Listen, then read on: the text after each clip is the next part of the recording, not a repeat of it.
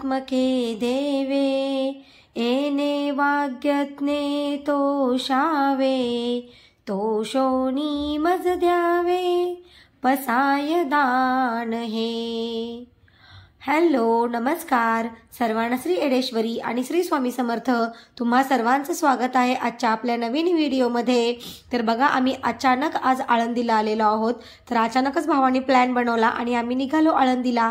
तर आमच्या घरापासून आळंदी फक्त 9 किलोमीटरवरती आहे आणि कार्तिक एकादशी जवळच आल्यामुळे आळंदीमध्ये भरपूर गर्दी होती।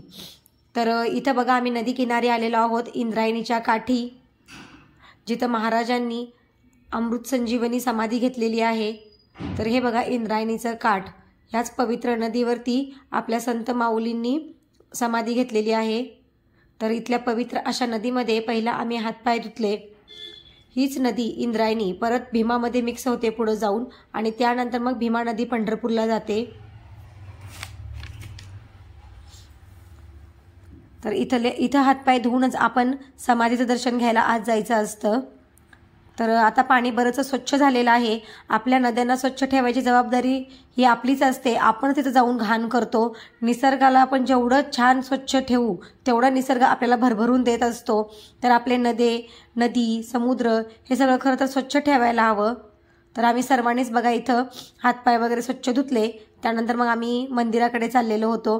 तर इथं पेड्यांचे प्रसादाचे इतके छान छान दुकानं आहेत आणि इथे बघा आपल्या देवांसाठी हार वगैरे भेटतात छान छान।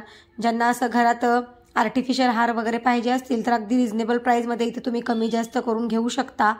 आणि त्यानंतर मग ज्या आपल्याला तुळशीच्या माळा वगैरे जपासाठी लागतात सर्व सामान इथे भेटतं देवाचं जे पाहिजे ते, अगदी पितळेचे भांडेपासून सगळं, निरंजन वगैरे सगळं भेटतं इथे बघा। देवांचे हार, विभूती, प्रसाद, तुळशीच्या माळा जे पाहिजे ते आपल्याला सर्व भेटतं। इथं पर्सचा सेल लागलेला होता। तर असं दुकानांचं सर्व निरीक्षण करत करत आम्ही मंदिराच्या मागाकडे चालत होतो। तर ऊन पण खूप होतं, सकाळी थंडी वाजत होती आणि ऊन। तर इथं बघा इथं आहे संत ज्ञानेश्वर महाराज संजीवनी समाधी मंदिर।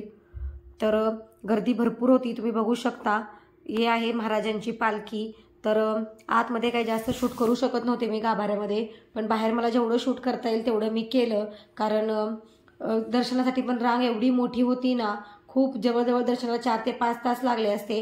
म्हणून आम्ही पण ना बाहेर मंडपातूनच दर्शन घेऊन निघालो। कारण माझ्या आईचे दोन्ही पायांचं ऑपरेशन झालेलं आहे, तिला तेवढं उशीर उभं राहणं शक्य नव्हतं, म्हणून मग आम्ही बाहेरूनच दर्शन घेऊन निघालो। तर इथं बघा इथं मुख्य गाभाऱ्यात बघा तुम्ही किती गर्दी आहे। मी बाहेरूनच इथलं शूट केलेलं आहे। तर तुम्ही सर्वांनी दर्शन घ्या बाहेरूनच।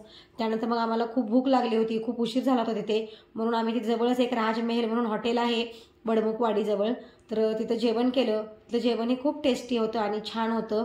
तर असाच आमचा छोटासा व्हिडिओ होता। मी पूर्ण डिटेल व्हिडिओ आळंदीचा परत एकदा नक्की बनवेन, कारण आता गर्दीमुळे मला काही जास्त शूट करता आलं नाही। तर आजचा व्हिडिओ आवडला असल्यास व्हिडिओला एक लाईक करा, शेअर करा आणि सबस्क्राईब करा।